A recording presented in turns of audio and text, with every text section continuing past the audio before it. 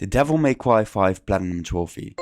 Notorious for being difficult, but how difficult is it really? What is going on guys, Floriiss here, and in today's video I'll be talking more about the trophy list for Devil May Cry 5 as well as my overall experience with the game. But first and foremost, a special thank you to everyone that recommended me this game in the first place. After the quote unquote disaster of Devil May Cry 4, I wasn't even sure if I wanted to play another Devil May Cry game, but after reading the comments I gave it another shot and I'm really glad that I did. Let me start off by saying that Devil May Cry 5 is a great game. It is a huge improvement from the latest installment in pretty much every way possible. The game looks really good. Personally, I'm a sucker for visuals, and while I do agree that this doesn't define a game's success, it certainly contributes to whether or not I will get my enjoyment out of a video game. Also, I feel like the character design was done a lot better this time around. Stronger personality traits, there's more chemistry between the characters, there's funnier moments in general, better jokes, and overall the story felt a lot more intriguing.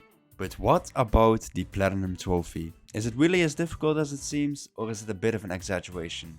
Having obtained this one recently, I'll have to disagree with the difficulty ratings, and I'll give a few pointers on why I think this Platinum is nowhere near as difficult as it seems. The hardest trophy for this game is to clear all of the missions with an S rank on every difficulty. Altogether you have to play as 3 characters, Nero, V and Dante. Now before I started this grind, I anticipated that you had to master each character to its full extent. Learn all of their combos and then grind out each mission till you can master every encounter.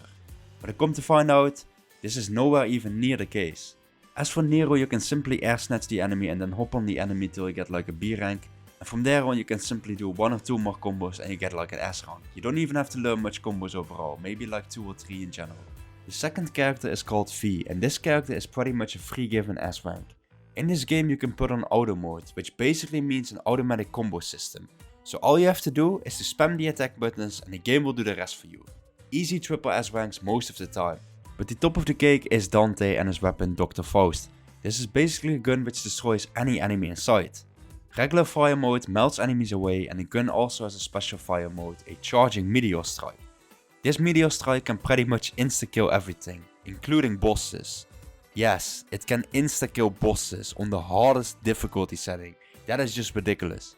Aside from that, they still haven't fixed the camera angle exploit. Essentially, all you have to do is to turn away the camera from the enemies, and they won't be able to perform their attacking patterns. It's kinda weird, but you can just fire away without having to worry too much.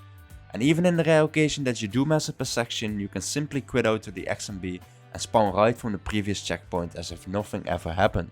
That being said though, the Platinum Trophy is not an entire free win. There's still Hell in Hell mode, which means no checkpoints and each hit will insta-kill you.